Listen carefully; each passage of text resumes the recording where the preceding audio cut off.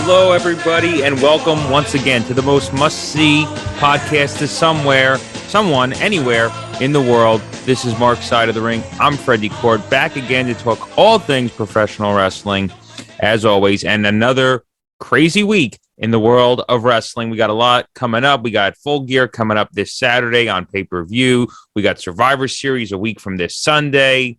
We've got a big Smackdown ahead of us. Rampage on Friday.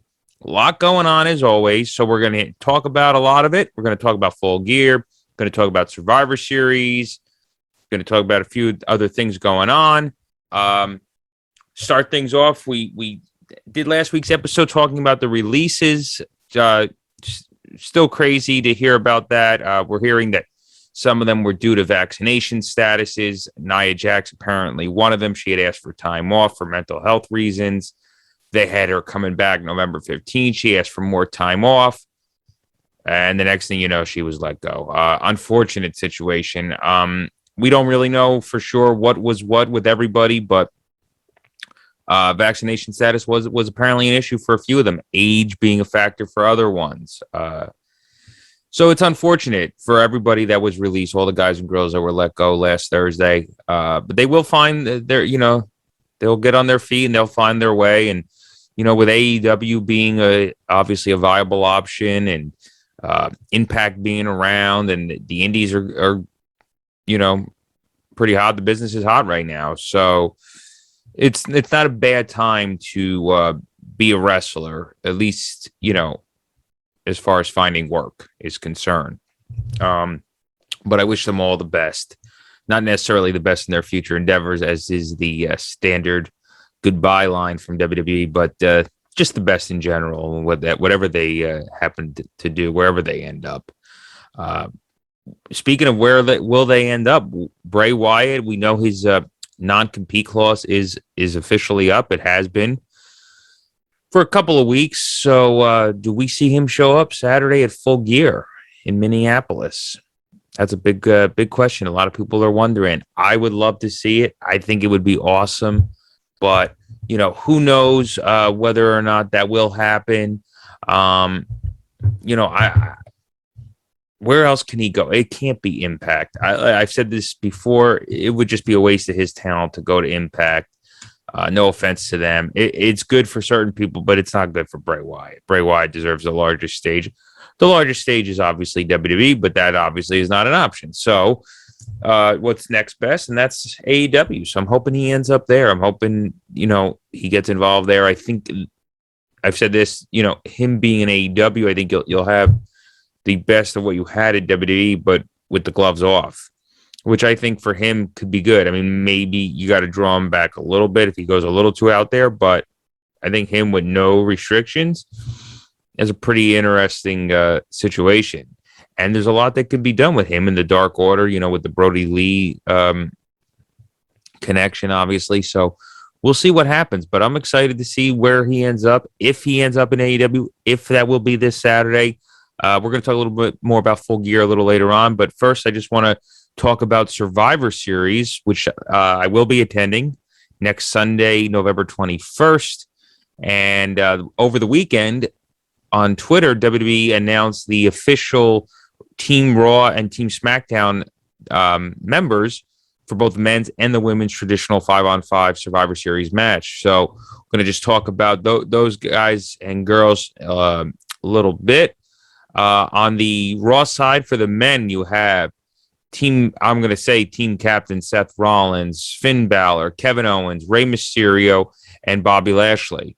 Now, originally, Dominic Mysterio was on the team, but if you saw Raw on Monday, you saw Adam Pearce say that everybody on that team was a former WWE or Universal Champion, except one, that being Dominic, and he wanted to make sure the team was the best. So if he could be this man, who turned out to be Bobby Lashley, then he could have a spot. If not, sorry, pal.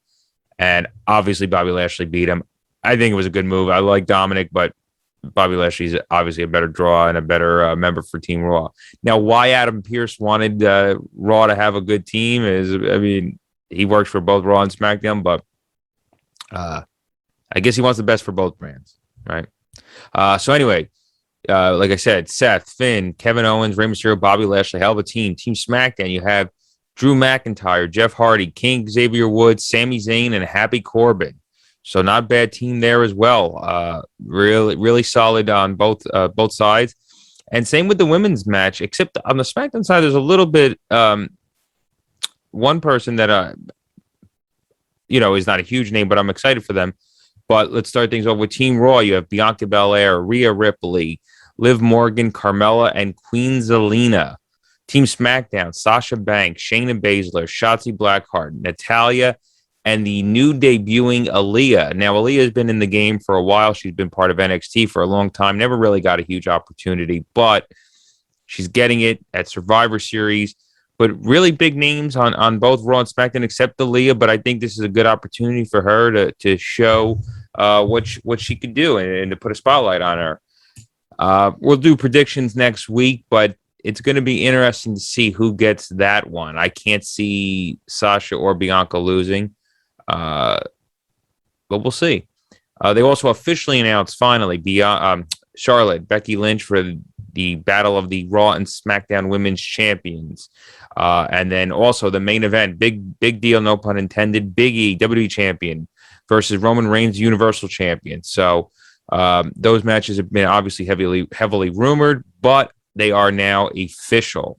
So I'm excited. I'm excited for that. So Survivor Series finally shaping up. 4 matches announced. You have to assume that the Raw Tag Team Champions will face the SmackDown Tag Team Champions, which would then be RK Bro. But sidebar, I love their new entrance music. The combined RK Bro or Randy Orton and Riddle song is really well done. I hope they put it on iTunes pretty soon. So anyway, it'd be RK Bro versus the Usos, which I think is a really cool match and something I definitely would like to see. And then they've done in the past Damian Priest and Shinsuke, but I don't know if there's any inkling of that happening. So we'll see. We'll see what happens there. But Survivor Series coming soon, shaping up. Another big thing in the news this week, WrestleMania tickets go on sale officially tomorrow, Friday, November 12th. You're seeing this on Saturday, so by that point, they've already been on sale, but they already have been on sale. The pre-sales have been going on all week. I've secured my tickets for Dallas. I will see you there next April for WrestleMania. 2 nights, Saturday, April 2nd, Sunday, April 3rd. It's going to be a big deal. They did the on-sale party Wednesday night. Undertaker was there. It was really cool. I would have loved to have been a part of that, but unfortunately couldn't make it to Dallas for an on-sale party. But I'll be there in April, so that's pretty cool. But yeah, as far as Raw, SmackDown, I thought Raw was a solid show. Was it the best? No, but it was good. I mean, I like the Kevin Owens, Seth Rollins main event. I like all the stuff with Kevin Owens trying to prove that he's, a good guy and that he didn't mean to do what he did the week before and that it was a misunderstanding, and Big E not buying it. And then eventually Kevin Owens being so frustrated that he did turn on Big E, which everybody expected. But I thought that was cool. That was well done. They've set up now a Big E and Kevin Owens match. You have Seth Rollins versus Big E set up. I like how they're kind of doing like what they were doing with Roman, where like Roman's involved in like a couple of different things. He's got his main feud, but a couple of sidebars, and they're kind of doing that with Big E. He's got a couple guys now that are vying for him, which I think is smart, because if you're the champion, everybody should be gunning for you, right? It shouldn't just be the one guy that you're feuding with. Everybody should be coming after you. I mean, obviously, you can't have everybody, literally coming for you and being involved in a feud with everybody. That gets diluted then. But you got like 2 guys, 3 guys that are, you have a little something with each of them. It's good. It makes the title seem important. It makes the champion seem important. I like it. So I think they're kind of taking a little bit of what they've been doing with Roman and doing it with Big E. And so far, I think it's good. I am very excited, like I said, for Big E and Roman. I think Biggie and Bobby Lashley obviously have unfinished business, so that's going to come to terms at some point. So we'll see what happens as far as Biggie's next pay-per-view match. Will that be Seth? I mean, Seth is the rightful number one contender. Will they do it on a Raw after Survivor Series, or will they save it for day one on January 1st? We'll see. But so we got that going on. We got AEW Full Gear this Saturday night. I got to say, I am excited for the pay-per-view. They've definitely intrigued me over the last couple of months. I mean, I've said this over time and time again with the inclusion of CM Punk and Daniel Bryan and Adam Cole and all that. I'm excited. I have to say one thing that I'm very excited for with the All Out All Out. That was the last one. With the Full Gear pay-per-view is the Eddie Kingston CM Punk match. Now, a lot of people were complaining that there was no story to it, and there wasn't. I agree. And that's something that I think AEW needs to work on is their story. I understand they're a wrestling product. I understand they're different. They're not WWE. So they're not doing these, big time, storylines, elaborate, out there stories, whatever. But you need to have a story. I mean, the story sells the match, right? But I thought that promo they did on Rampage last week killed it. I mean, I thought they killed it. Eddie was. We know how good Eddie Kingston is on the mic, but he definitely proved that when you can hold your own with CM Punk and possibly beat him at it, you're damn good. And then they did the parking lot brawl on Dynamite Wednesday night. We'll see what happens with them on Rampage, but I'm excited for that. Yeah, CM Punk, Eddie Kingston with their history from back in the day at Ring of Honor, and there's a lot there. It's a huge opportunity for Eddie Kingston. It's a cool feud for CM Punk, something new for him. After the Darby Allen match, he never really had a feud. He had a couple things. He did the thing with Will Hobbs, and he had the match with Bobby Fish, and I forget he faced I think he faced Bobby Fish. I know Daniel Bryan did, but I think he faced Bobby Fish and he faced somebody else. I don't know if it was Dante Martin. He faced somebody on a Rampage a few weeks ago, but he hasn't been involved in like a real storyline kind of thing. So I'm excited for CM Punk, Eddie Kingston. I'm going to go with CM Punk on this. I don't see CM Punk losing anytime soon. I think Punk is a future AEW champion, and I think he's going to have a pretty strong record getting to that match. Just looking at the card over here, we also have the Inner Circle versus American Top Team. Inner Circle, Jericho, Jack Hager, or Jake Hager. I was combining Jack Swagger and Jake Hager. Sammy Guevara, Santana, and Ortiz versus the people that are going to be on American Top Team that are representing will be Ethan Page, Scorpio Sky, Junior Dos Santos, Andre Arlovsky, and Dan Lambert. Yes, that's right. Dan Lambert got selected to be part of the team. That's going to be something to see in a Minneapolis street fight.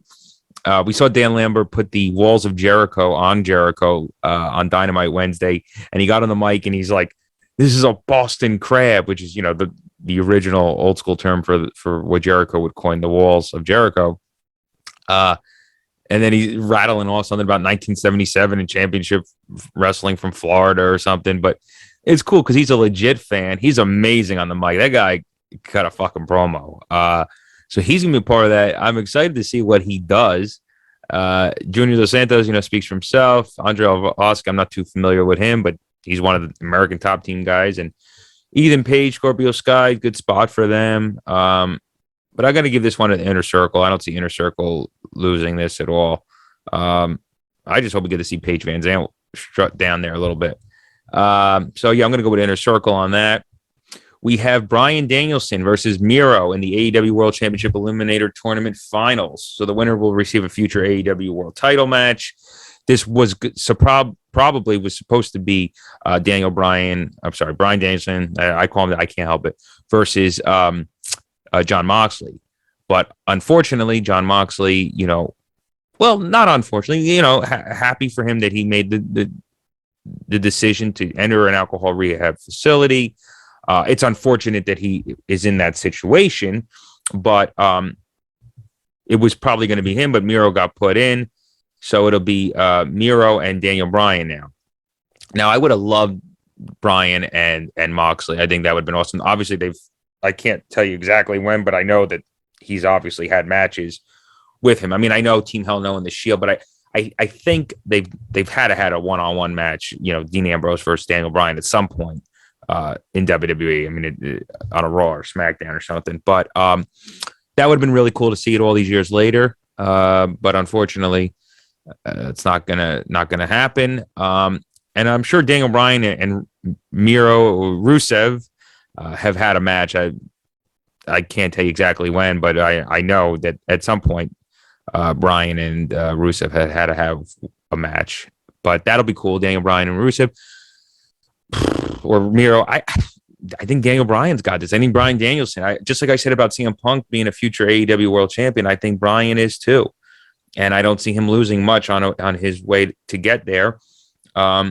And I think this is how he's going to get there, by winning the tournament. So I'm going for Daniel Bryan, Bryan Danielson, whatever you want to call him. We have the AEW Women's Championship on the line. Dr. Britt Baker, DMD, you can't say it without doing that, versus Tay Conti. This is interesting. I don't see Britt Baker losing, but it is a big opportunity for Tay Conti. Britt's had it since, I believe, All Out. Not All Out, Double or Nothing back in May. So is it time for a change? I don't think so. I wouldn't take the belt off of Britt anytime soon. But you need to build a women's division, and with this build, Taya Conti or Tay Conti, it certainly would. But I think you could also have her get built without winning. There's the old adage: sometimes you elevate yourself better in a loss than you do a win. And this could be one of those opportunities. So I'm going to go with Britt Baker holding on to the AEW Women's Championship. We have then also on the card, Darby Allen versus MJF. I'm very excited for this. I'm a big fan of MJF. His promos have been scathing as always. I enjoyed the physical nature that they've had, like fighting in the crowd and stuff like that. It's nice to see MJF get involved physically like that, because you don't always. I got to say, Darby Allen has grown on me. I wasn't a huge fan of his, but I've grown to like him.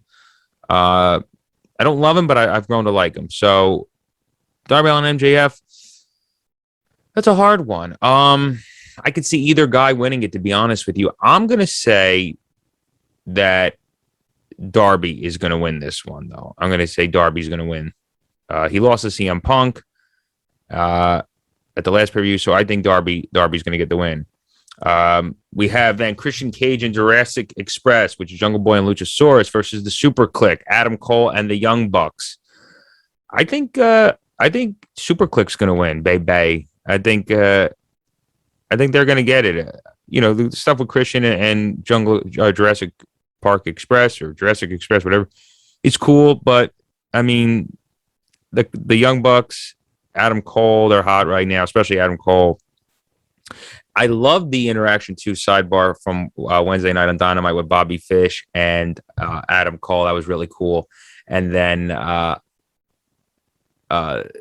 forget if it was Matt or Nick Jackson said something like, it's not disputed that we're the best of this era, or something like that, something real clever. Obviously a wink and a nod to the Undisputed Era on from NXT Glory Days. It's cool seeing them together and see what they do with that. Now, with Kyle O'Reilly's contract expiring in December, there's been no talk whether he's going to resign or not resign or anything like that. Of course, I want him to stay with WWE. I'm a WWE guy, but I have to say it would be pretty cool if Kyle O'Reilly showed up and you had the Undisputed Era, together on AEW. And then if you eventually split Adam Cole from the Young Bucks, and you do, well, you're not going to call it the Undisputed Era, but for all intents and purposes, the Undisputed Era versus the Super Click, it'd be pretty cool. You do Kenny Omega and the Young Bucks versus Adam Cole, Kyle O'Reilly and Bobby Fish. But we'll see if that happens. But again, for this match, I'm going to go with Adam Cole, Bay, and the Young Bucks getting the win in this False Count Anywhere match. Then we have Pac and Cody Rhodes. This match was just made on Dynamite versus Malachi Black and Andrade El Idolo. It's just a straight up tag match. Both guys have kind of been feuding with each other. We've seen the Pac and Andrade thing, and we've seen Cody and Malachi, obviously. So now it's interesting that it's an interesting team of Malachi and Andrade. Kind of weird. Something though that is cool that has been pointed out to me is that there's kind of like behind the scenes that Zelina Vega connection, right? Because she managed Andrade in WWE, and obviously she's Malachi Black's wife in real life. So, you could kind of play that up that like she brought them together kind of thing, and she's not even in the company, right? So they haven't referenced her at all or anything, but that could be a cool connection to how these two came together. But we'll see. As far as who wins this, I'm gonna go with Cody Rhodes and Pac. I think though, I think Cody and Pac get the win on this one, and then that brings us to our main event: Kenny Omega versus Hangman Adam Page with some cowboy shit. I thought the contract signing on Wednesday, contract signings are always good, but it's always pretty much the same. But I thought they did a really good job with it, with Don Callis, who we haven't seen in a few weeks, dressed up as a cameraman, had the whole fake goatee and everything, did the whole disguise reveal. And they beat the crap out of Hangman, cut him open, and he signed the contract in blood. I love a good contract signing that ends in blood. We had it a couple of the first blood match with Austin and Taker going into Fully Loaded 99, where McMahon was in a wheelchair and he told Undertaker to sign it in his blood. And Taker took the pen and then he signed it. And we also saw it with Hogan and McMahon going into their WrestleMania match. That contract I've actually seen in person. They've had it on display at a couple of Access, sessions and stuff like that. So it's pretty cool. Weird, I guess, a contract with dry blood on there, but it's wrestling, so it makes sense that it's cool. So I thought though that was cool. Hangman signed a contract in his blood from Kenny Omega. It got me really excited for it. The whole Hangman stuff, because I'm kind of new to AEW, so I obviously know who Hangman is and I've seen some of his stuff, but I haven't gotten to see a lot of him because when I started watching AEW, he had taken his break.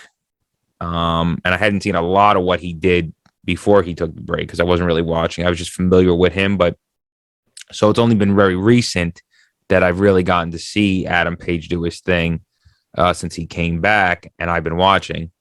So I'm excited. I mean, everybody wants to know, does Hangman finally win it at Full Gear this year? I think the smart money says yes, but I also don't know if I see Kenny Omega losing it yet. I could see him holding it for a while, just like they're doing with Roman on SmackDown. But you get to a point where not yet. But then it's sometimes it's too late, so you don't want to be too late. So for that reason, I'm not saying that if they don't do it today and they do it, another time, it's too late, but don't forget, AEW only has quarterly pay-per-view, so their next pay-per-view is not till February or March. Can you wait that long? I mean, you could do it on a Dynamite, but you want to do a big title change like that on a pay-per-view if you can, especially when you only have a few a year. So I'm going to say Hangman Adam Page is going to do some cowboy shit and win the AEW World Championship this Saturday from Minneapolis Target Center. Home to a lot of infamous WWE pay-per-views, most notably SummerSlam 1999. So Minneapolis is going to be the site this Saturday.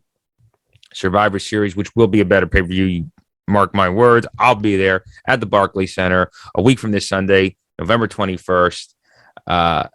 So a lot of fun things going on. As always, I'll be here to talk all about it. This is another week. Thank you for joining us in another crazy week in wrestling. For Mark's Side of the Ring, I'm Fred DeCourt, and we'll see you next time.